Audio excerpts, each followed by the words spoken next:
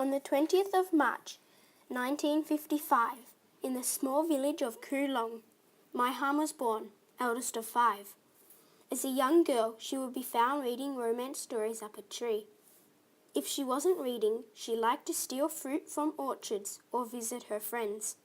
She enjoyed going to school at Tong Phip Vip Vinilong, a famous Vietnamese school for army children. Mai Han grew up in Vinh Long, a small village in South Vietnam. The life she grew up in was a war-torn one, with the Vietnam War raging at her doorstep. On April the 30th, 1975, her country was left a mess as the war had ended, though now North Vietnam controlled South Vietnam. Because Mai Han and her family lived in South Vietnam, their life was no easier once the war had finished, but matters seemed to get worse when the Hos found out that they were on the wrong political side. When Mai Han's brother was called to fight in Cambodia against Pol Pot, Mai Han, Mai Ly, her younger sister, and her brother Hong decided escape was the only answer for Hong to not face the horrors of war. So in 1981, they took a boat down to the fishing village that opens out to the ocean via a stream, but they were caught by the North Vietnamese police. Mai Han was sentenced to 1 year's jail, while her sister and brother 6 weeks jail. Jail was a barbed wire fence in the jungle with a bit of straw for bedding. The family, though, had to come to the outside of the jail and give you your food. After a year, she came out and started working at her father's business as their accountant.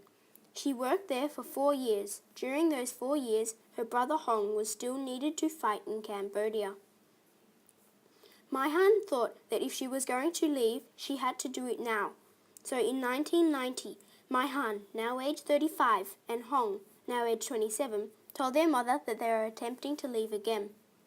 They knew that if they were caught again, they could get the death sentence. It was worth the risk though. So in the dead of night, they took a boat down the river to the fishing village in Phat Ya, where they boarded a bigger boat and joined the other 163 people aboard. As they sailed out of the bay, Mai Han said, "Freedom! Goodbye, Vietnam!" Her story of escape is an illegal one, which makes her a refugee. After many days at sea, with sickness and sorrow, Hope came aboard when a ship was spotted in the distance. As it got closer, Hope left and was replaced by Fear, as the ship was full of menacing pirates. All women were escorted below deck for safety. As the pirates approached their boat, they realized that there were too many men aboard, so they left. After many more days of being at sea, a leak was found in the boat. Many men tried bucketing water back into the sea, but they weren't fast enough. The water just seemed to gush in. But like all good stories, something good must happen, and something good did happen. In this case, a Panamanian oil tanker is the hero. The captain aboard the tanker took a lot of convincing to pick up the refugees, but finally, Mai Han and her brother found themselves safe on the tanker's deck. But because he was driving a big ship, he could not dock into Singapore or Malaysia to drop them off at safety. So the captain gave them a life vessel, took them as close to Malaysia as he could, and let them paddle to Malaysia. When they landed in Malaysia, they were caught by the Malaysian police, and all 165 were pushed into the jungle. Now, when I say jungle, I mean jungle. You could hear the tigers growling. So after 3 months, they put their money together and bought themselves a boat. And they'd heard that there was this refugee camp in Bataan, the first island down from Singapore. So they set off there. They stopped at a few islands but were chased off by the natives with machetes. When they reached the camp, they had to pay to get in.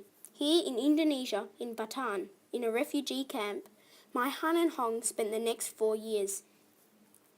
Mai Han and Hong shared a bamboo mat in a blue plastic hut. She attended the school at the camp, and that's where she learned her English.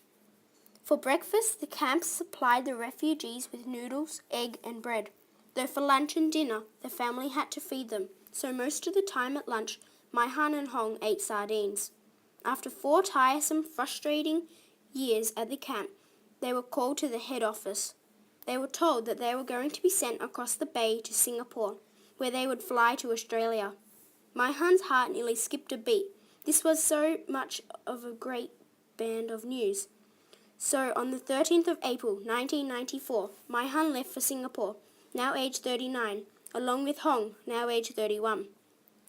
They travelled by boat to Singapore, and on the 14th of April, they boarded their first plane to Australia. On the plane, my Han felt happy, as she had been waiting for this for so long. Now she reflects that the worst thing about the camp was having no medical attention.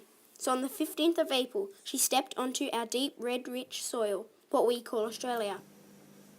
Tôi thường đi đó đây, bùn đen in dấu giày, lửa thù no đôi mắt, chân nghe là từng khu chiến thuật, áo đường xa không âm gió phương xa, từng đêm vắng nhà. As she breathed in the Australian air, she was thinking how free this country was and how welcoming it was.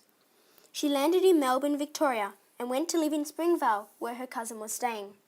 Some of the key things my Han liked about Australia was the freedom and the not-so-harsh police. The biggest challenge she faced in Australia was learning English. 1 week after my Han and Hong left the camp, it closed down, sending all those who remained back to Vietnam.